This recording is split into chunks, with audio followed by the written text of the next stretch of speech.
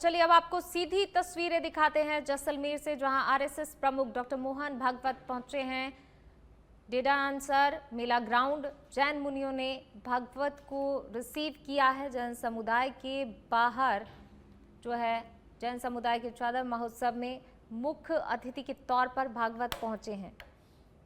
और इस ज्ञान के कारण सब प्रकार की परिस्थिति में हम लोग तर गए, क्योंकि हर बार कोई ना कोई मिला हमको। भगवान की दया से किसी न किसी का ऐसा इस मनुष्य देह में अवतीर्ण होना हुआ,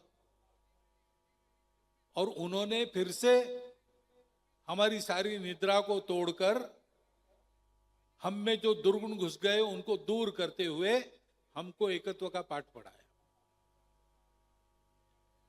आचार्य जिनदत्त सूरी जी का जो समय है, उस समय में अपने देश पर ऐसे ही एक विदेशी वर्चस्ववादी प्रवृत्ति का आक्रमण हुआ था। उनका अपना एक पंथ संप्रदाय था, आज भी है, लेकिन पंथ संप्रदाय से हिंदू आदमी का कोई बैर रहता ही नहीं, क्योंकि वो जानता है कि भगवान तक पहुंचने के अनेक मार्ग होते हैं, सभी सत्य है। अपने मार्ग पर श्रद्धा पूर्वक चलो और सबके मार्ग का स्वीकार और सम्मान। वो आक्रमण हुआ तब समाज सो गया था, जात पात में बट गया था और समाज में स्वार्थ आ गया था। स्वार्थ के पीछे पीछे अनेक दुर्गुण आए। तो आचार्य जिनदत्त सूरी ने उस समय समाज में दुर्गुणों से मुक्ति पाने का तरीका सबको सिखाया। आपस के भेद को भूल जाना, आपस के एकत्व को देखना, ये पाठ पढ़ाया। और राजाओं से लेकर तो सामान्य समाज तक सबको अपना कर्तव्य बोध कराया। अपने पूरे इतिहास में जब जब ऐसे संकट आए, तब ऐसे महापुरुष आए, उन्होंने यही काम किया। उस देश काल परिस्थिति के अनुसार अलग अलग दर्शन दिए, अलग अलग उपदेश दिया। उपदेश तो एक ही दिया, दर्शन अलग अलग दिए। उसके कारण हमारा समाज उस सारे संकट को झेलकर, उसका निरसन कर सही सलामत बाहर आ गया, संपूर्ण दुनिया को एकता का पाठ पढ़ाने के लिए। ये उनका महान कार्य है, ये हम जानते हैं। हमको आज भी उसी कार्य को करने की आवश्यकता है। महाराज जी ने कहा कि चारों ओर की परिस्थिति बड़ी विकट है। मन की करुणा लोग भूल गए, क्योंकि सत्य को भूल गए कि हम दिखते अलग अलग है, लेकिन हम सब एक है। और इसलिए कलह कभी थमते नहीं, युद्ध चलते रहते। पहला महायुद्ध हुआ, फिर से न हो, इसलिए लीग ऑफ नेशंस की स्थापना हुई, लेकिन वो नहीं चली।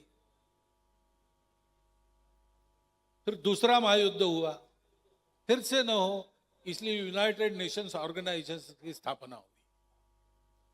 लेकिन हम देख रहे हैं क्या हालात है। वो अपनी जगह पर है, निष्प्रभ है। जो युद्ध चल रहे वो थम नहीं रहे। क्यों होते हैं ये झगड़े? क्यों होते हैं? ट्रेन में खचाखच भीड़ थी, गर्मी के दिन, विवाह वगैरह सब रहते, छुट्टियां लगती है, लोग यात्रा पे जाते, तो हर डिब्बे के हर दोनों दरवाजों पर घुसने वाले कोई भीड़ आपस में ठेला ठेली कर रही। अंदर वाले उनको अंदर नहीं आने दे रहे, क्योंकि अंदर पहले से भीड़ है। उस गुत्थम गुत्थी में कुछ 10 लोग अंदर चले गए, तो फिर वो अंदर वाले हो गए, फिर वो बाहर वालों को रोकते। ये सब चलते रहता है। ऐसे ही ठेला ठेली करके एक आदमी घुस गया अंदर। प्रयागराज में बैठा, मुंडन करके आया था, अस्थि विसर्जन करके आया था, अंदर घुस गया और अंदर चला गया। बैठने के लिए जगह नहीं थी, तो खिड़की के पास एक सीट रहती है, वहां पे बैठे एक आदमी को उसने कहा कि थोड़ा सा आप अगर अंदर कर लेंगे तो मैं बैठ जाऊंगा थोड़ी सी जगह पर। तो उस व्यक्ति ने कहा कि क्यों, मैंने तो टिकट पूरे सीट का लिया है। उन्होंने कहा भाई भीड़ है इसलिए बैठने को बहुत थक के आया हूं। तो इतना तुमको अगर आराम करना था फर्स्ट एसी का टिकट निकालते, यहाँ क्यों आ गए? फिर बात से बात बढ़ती गई और झगड़ा शुरू हो गया। दोनों ने गला पकड़ लिया एक दूसरे का, लेकिन गाड़ी शुरू हो गई थी तो लोगों को लगा ये झगड़ा करते बैठेंगे, हमारी नींद खराब होगी। उनको छुड़ाया, लोगों ने समझाया, फिर वो खड़ा ही रहा, ये बैठे रहे। अब व्यसन मुक्ति की बात है, व्यसन करना नहीं चाहिए, लेकिन ये दोनों व्यसनी थे, तंबाकू खाते थे। और वो जो प्रयागराज वाला था उसने अपने जेब से डिब्बी निकाली और तंबाकू मलने लगा, तो नीचे बैठा था उसको भी तलब आ गई। उसकी तंबाकू की डब्बी उसके पेटी में बंद थी और भीड़ भाड़ में उठना, पेटी खोलना संभव नहीं था।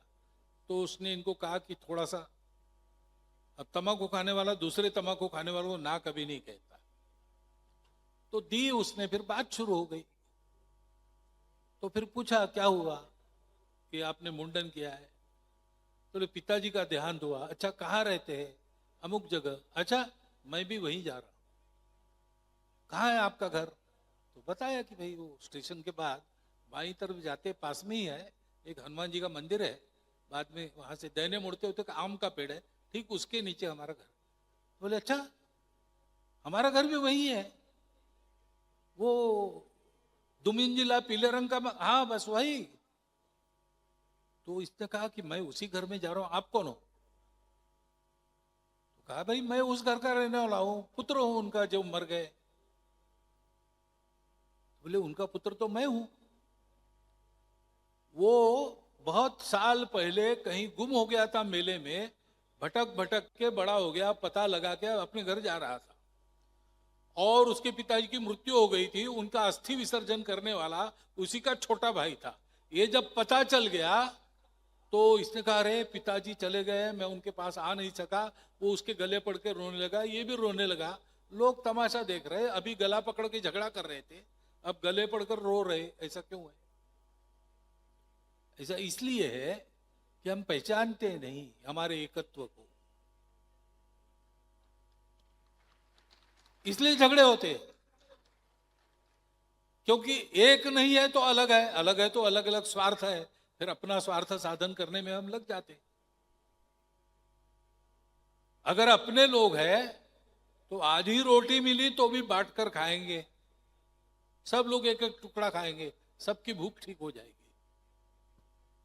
अगर अपने लोग नहीं है तो किसी को देगा नहीं, और अपना खा के समाधान नहीं होगा। दूसरों के पास कुछ मिठाई है, वो भी अपने पास कैसे आ जाए ऐसे सोचेगा तो कम से कम